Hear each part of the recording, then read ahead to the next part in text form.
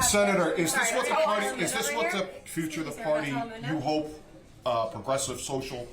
Is this what the party should look like? The Democratic Party moving forward? You bet. We're going to experiment. We're going to try things on groceries. That is the Democratic message. Yeah, they're going to experiment on you. Elizabeth Warren has finally said that quiet part out loud. Zohran Mamdani, a self-proclaimed socialist, really a communist, is the future. Anti-capitalism, anti-property, anti-police, anti-Israel. Welcome to the Big Money Show. I'm Dag McDowell. Joining me, my co-host, Lou Bassanese, David Asman, Jackie DeAngelis, and with us for this entire hour, Heritage Foundation economist E.J. Antoni. Senator Warren gushing over Mamdani's focus on affordability, while actually affordability in New York has cratered under years of left-wing progressive policies. Notably absent from the Mamdani fan club, Chuck Schumer and Hakeem Jeffries, both fellow New Yorkers, both staying awfully quiet, probably because they know how radioactive this kind of rhetoric is with real voters who work for a living. So yes, Senator Warren, we heard you loud and clear. The far left fringe is now the face of the Democrats. They're not hiding it. They're not softening it. They're shouting it from the podium, and now they want to bring that agenda to the country's largest city and the financial capital of the world. EJ, I'm going to start with you. Great to see you. I understand why Mamdani would want to cuddle up with Elizabeth Warren because it makes him appear like a wise man of substance. When you're like, rubbing elbows with this everything's vapid, relative, right? like this vapid nitwit that is Elizabeth Warren.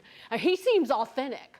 But can we put up the cover of the New York Post? Because I just thought that that was also just absolute perfection that compares, that he is an African American and she's a Native American together.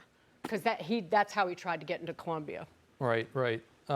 It's amazing, though, like, note the language that they use. We're going to try things on groceries. It's this idea that we are somehow the chess masters, and we get to just try things out on the board, never mind the fact that these aren't chess pieces. These are people's lives that you're tinkering with, right? You're affecting people's livelihoods. You're affecting not just the price of their food, but whether or not they can even get food in a lot of instances. Look at the places around the world, any time where we have actually had government-run grocery stores, government-run anything, but especially government-run grocery stores. What's the universal that you always find? Food shortages. So again, we're just going to try things as if we, this elite, can somehow run people's lives better than they can. And I can guarantee you they're going to end up making those lives worse.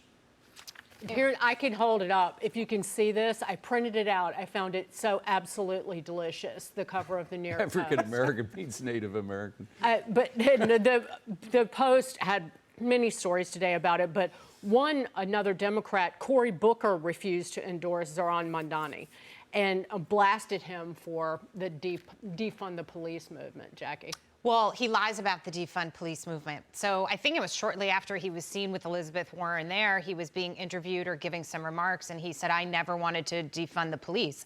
So he's literally lying to people. He stands with her to be able to get the fringe that she represents, that Bernie Sanders represents, that AOC represents. But then he realizes that for the mainstream, he's got to tone it down a little bit. For him, toning it down means flat out lying to people and saying that he's something that he's not. And that is very scary when someone can look you straight in the eye with no conscience at all and lie to you and say, I was never this, I'm actually this, when that is not true. It tells you a lot about their character. But I just also want to go back to the government-run grocery stores, because our very own Kelly Saberi did that excellent report in Kansas where they tried this experiment already. So to your point, Dagan, don't experiment with me. We tried it already somewhere else. It doesn't work. The shelves of the supermarket were completely bare. There was like 3 choices of things that you could have. The food that was there looked like it was rotting. Anytime government gets involved in enterprise, it it typically doesn't go that well. There's a reason that we have private enterprise in this company, competition, and they work, and they work the system on their own. Again, I go back to if we take the people who are running the MTA in this city and now all of a sudden tell them, you're in charge of the grocery stores too, we're in a lot of trouble. I can pile on there. There's been an experiment that was done in Venezuela where Elizabeth Warren is more apt to lead. In 2003, they took over the grocery stores. By 2014, 80% of groceries were in short supply. So we know what happens here with these experiments. They don't work. We've done it with rent control, right? Subsidizing rent takes away supply from the market. We've done it with minimum wages. We talked about that a couple of weeks ago with California. Look what the impact has been on business by raising the minimum wage to $30 an hour in restaurants. So it just doesn't work. There's no reason to experiment when we know the outcome. The landlords are going to say, we're just going to leave the dilapidated apartments alone and nobody can use them. They'll just sit there. That's what happens when you say you're going to put fixes on rent. I know she's not a particularly intelligent person, particularly at an event like that where you see her saying dumb things about socialism that we know. And I, by the way, don't have to leave my home in order to find out what happened because my wife escaped from Nicaragua, socialist Nicaragua, where she had to spend hours every morning trying to get a couple of eggs to feed her 7-year-old son, just to get a couple of eggs. I mean, the incredible thing about Liz Warren, though, she was a professor at Harvard University making $300,000 a year, co-authoring books by Dave Ramsey, at least one book, by the way. So she knows, you talk about lying, Jackie, she knows when she's saying things like that it is not only a lie, but a very dangerous one. At the very least dangerous for America and New York City if this experiment is tried, this failing experiment is tried once again and will have the same consequences here in New York City, which means a lot of people will go hungry, will be out of work, et cetera. But it's also, think of all the people, all the students that she has lied to at Harvard University. Students like Mamdani, by the way, whose father is also an Ivy League professor, was also spewing this rot in front of his students. And that's why the most dangerous stat that's come out recently, the poll that come out, while 60% of Americans don't want socialism, they have a very unfavorable feeling about it, 62%, according to a new poll, of young voters under 30 favor socialism. That shows, 62%, because they are taught rot by people like Liz Warren, by people like Professor Mamdani, the father. He grew up with his father spouting this stuff. And by the way, at the same time, he was doing quite well at Columbia University, making enough money, and his mother made enough money to sell an apartment for over $1 million. So it's very easy to be a socialist if you're a millionaire as well. But there's so much rot from top to bottom on this whole thing. That's why some people in the Democratic Party don't want Liz Warren to come out and say that we are now a socialist party. But she said it anyway. She's got to live with it. We'll see what happens. Well, I'm going to throw a bomb on that poll, and I brought this up before, and anybody can jump in. But one of the reasons that the youngest generation says that about socialism is because the left and Republicans are kind of quasi-socialist because of the bailouts of the last 25 years. That's a good point. Like they have witnessed That's true. bailout nation. Anytime anybody has a problem in this country, even from Mother Nature, what does the government do? It sends them money and it sends them checks. And I could digress, but the people who are beginning to collect Medicaid today will take $3 for every dollar they put into the system. And the generations Z, they were born during that era. Bank bailout, what did their parents get? Nothing. They probably lost their house. And I think that the Republicans own that, in part. It's fair. Every generation has tough economic love at some point, right? This generation that you're talking about, the younger generation that seems like socialism's appealing, is they just don't know any better. They're not being taught. Like you're saying, it's an academic and institutional issue.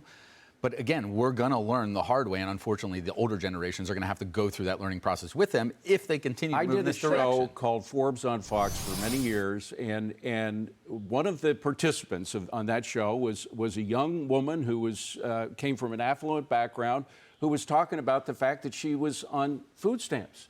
Now, the fact that the government has been providing people from affluent backgrounds who could just eat tuna fish like I did when I was starting out for a couple of years because I couldn't afford anything else, that now instead people are going to food stamps as an immediate remedy. They think it's something that they are entitled to, that somewhere in the Constitution They're owed there's that. something that says the government's role is to provide you with food, housing, et cetera. No. The pursuit of happiness, yes, you have the right to pursue happiness. You don't have the right to receive happiness from the government.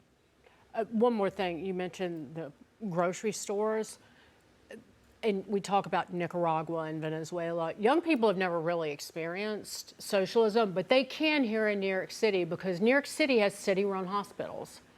And so the next time that you need care, please go to Kings County Hospital. And that's where you have to go because I've been there to visit a friend who had to have quadruple bypass. And it is on the inside, when I was there, it looks like inside of a hospital during the Soviet Union.